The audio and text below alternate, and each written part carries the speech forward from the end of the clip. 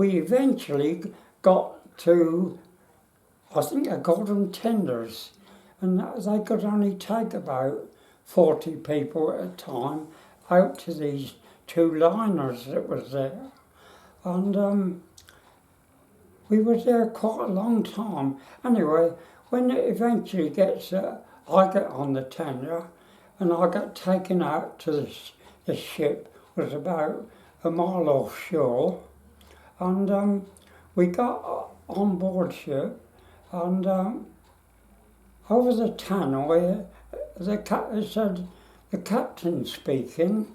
anybody just joining the ship, make yourselves as comfortable as possible on deck, because he said there's absolutely no room down below. He said if you would want a seawater shower, you can go down and have one, and got seawater soaked. So I just went down with a pair of shorts on and a towel, and I went out, opened the door, and there's people sitting all on the floor,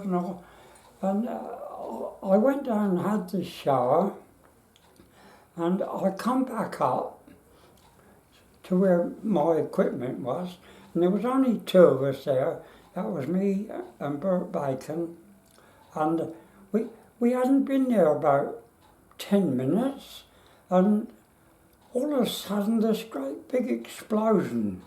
and of course it rocked the ship like, and I couldn't understand what was happening. And anyway, then the ship started to lift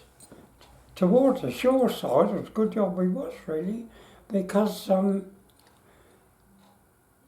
was so shocked, and there was, where we were, there was about 5 lifeboats, like just bits of cork in 4 bits in a harness, and I put one on, and I said to Bert, the other bloke, I said, you're going to put one on, but no, I'm not, he said, and he ran away. And so now I'm on my own, and the ship started to lurch from side to side, and I thought, well, I don't know. So when the ship got about where I was standing, about 10 foot off the water, I decided to jump in. So I jumped in, and I could swim quite a bit, and I was swimming like towards the shore because tide was going in, and I suppose I'd got about 400 or 500 yards away from the ship. That was when the oil caught up with us, and I got covered in oil around my shoulders, and I kept swimming, and then out of nowhere, this Navy ship, a corvette, I think they called them, corvettes, it come round, and a sailor was on the ship, and he shouted out to me,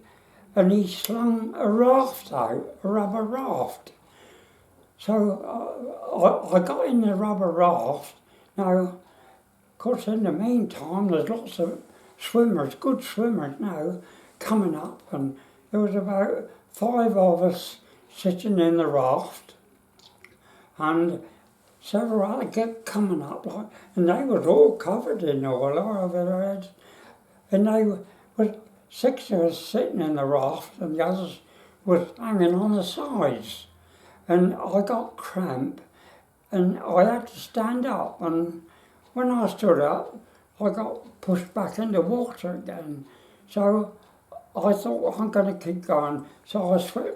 swimming to the shore. I suppose I was about half a mile away from the ship, and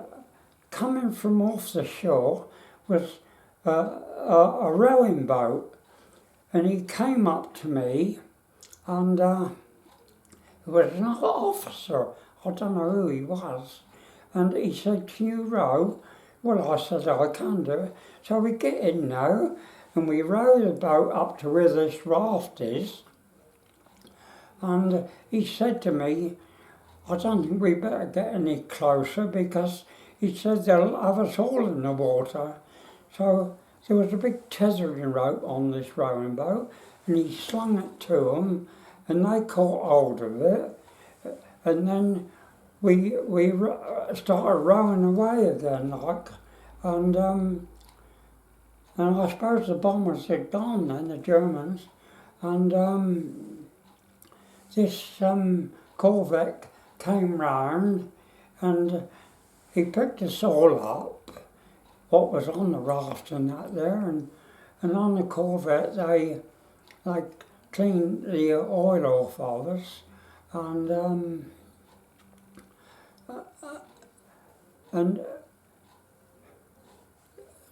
a lot of them needed much more attention than me, but they took us out now and we went on board the Ernest. That was the other liner that was there, and we came back to Plymouth, and we was kept in isolation and told not to tell anybody because we didn't know at the time, but Dunkirk was taking place at the same time, and they thought it would lower the morale of the people if they let it out, see.